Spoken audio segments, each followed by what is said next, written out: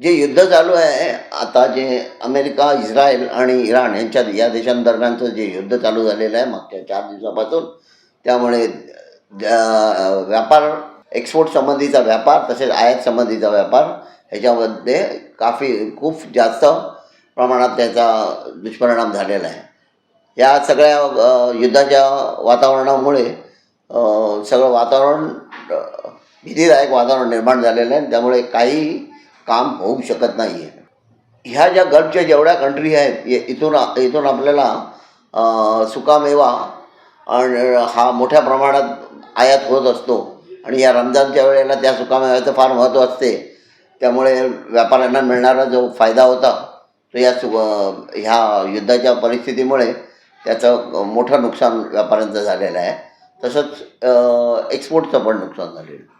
यात खराब होत नाही असं सामान म्हणायला गेलं तर साखर असणार, तांदूळ असणार, डाळी असणार आणि इतर खाण्याचे पदार्थ असणार. जनरल काही बरेचसे हे खराब होणारे न होणारे पदार्थ आहेत. याच्या व्यतिरिक्त खराब होणारे पदार्थ पण आहेतच आतमध्ये. जसं कांदा आहे, फळं आहेत, भाज्या आहेत, कलिंगड आहेत.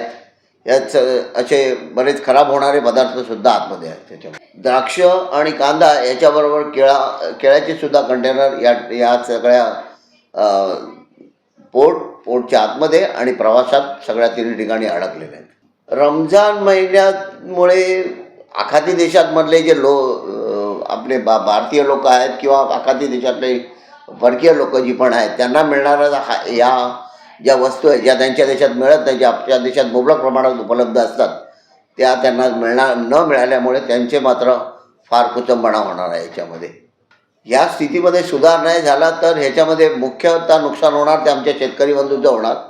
शेतीमाल जो आहे तो निर्यात होणार नाही.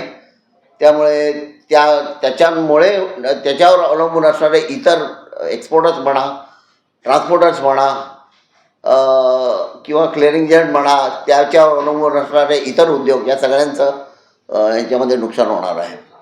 नुकसानाची गणना जर करायला गेलं तर त्याची मोजदातीच्या बाहेर आहे. इतकं प्रचंड नुकसान झालेलं आहे या सगळ्या इंडस्ट्रीचं सगळ्या बाजूनं. यूट्यूबवर सुद्धा रायगड टाइम्स सर्च करा आणि पहा रायगडच्या कानाकोपऱ्यातील प्रत्येक बित्तम बातमी. आणि हो, लगेचच सबस्क्राईब बटनवर क्लिक करायला विसरू नका. रायगड टाइम्स, आपलं चॅनल, आपला आवाज.